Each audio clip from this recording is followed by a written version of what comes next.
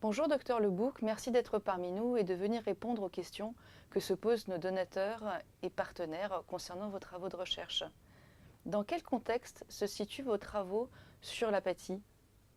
Oui, alors nos travaux sur l'apathie en fait ont été motivés en premier lieu par le fait que les troubles de la motivation sont parmi les troubles que l'on retrouve le plus souvent dans les pathologies neurologiques et psychiatriques, et en particulier après un AVC, ils représentent probablement plus de 30% des patients qui ont ce genre de troubles. Alors ce sont des troubles qui englobent l'apathie, l'impulsivité, même la dépression, en fait toutes les situations dans lesquelles on retrouve des difficultés à prendre des décisions adaptées dans le quotidien.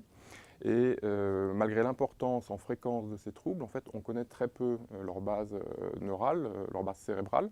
On dispose de très peu d'outils cliniques pour les diagnostiquer et les suivre. Et on dispose en fait de relativement peu de stratégies thérapeutiques pour les traiter. Quel est l'objectif de ces travaux?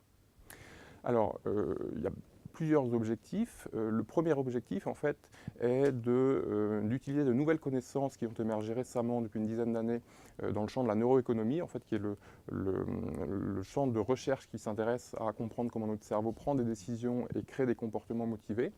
Et le premier objectif, c'est de quantifier les différentes étapes cognitives de la motivation qui nous permettent de déterminer ces comportements et de prendre des décisions. Donc le premier objectif, c'est de développer des outils cliniques pour quantifier ces différentes étapes cognitives chez des patients qui ont souffert d'un AVC. Et puis le deuxième objectif, c'est chez ces patients qui ont souffert d'AVC, de comprendre quelle est la localisation des lésions qui va créer des déficits de ces différentes étapes de la motivation. Et puis en dernier lieu, l'objectif de nos travaux, c'est de mettre au point des outils plutôt pronostiques pour être capable, le plus en amont possible, de déterminer quels sont les patients qui vont souffrir de problèmes de motivation et qui vont avoir un retentissement dans leur vie quotidienne. Quels bénéfices peut-on en attendre pour les patients à court et à moyen terme?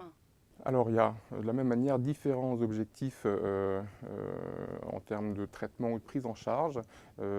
Probablement le premier objectif, c'est le fait de disposer d'outils diagnostiques nous permettra de mieux suivre et de mieux quantifier ces troubles de la motivation et de mieux quantifier leur récupération au cours du temps. Le deuxième objectif, c'est de pouvoir proposer à terme des stratégies thérapeutiques plus ciblées sur les différentes étapes élémentaires de la motivation ou de la prise de décision qui sont altérées. Et puis, par exemple, on pense actuellement que différents neuromodulateurs comme la dopamine, la noradrénaline ou la sérotonine ont des actions un petit peu spécifiques sur chacune de ces étapes clés de la motivation. Et donc, on a besoin d'outils diagnostiques pour savoir quel traitement proposer à quel patient et adapter un petit peu nos thérapeutiques. À plus long terme, ça pourrait permettre de proposer d'autres stratégies plus ciblées, par exemple des thérapeutiques par stimulation transcrânienne ou des techniques de rééducation plus ciblées.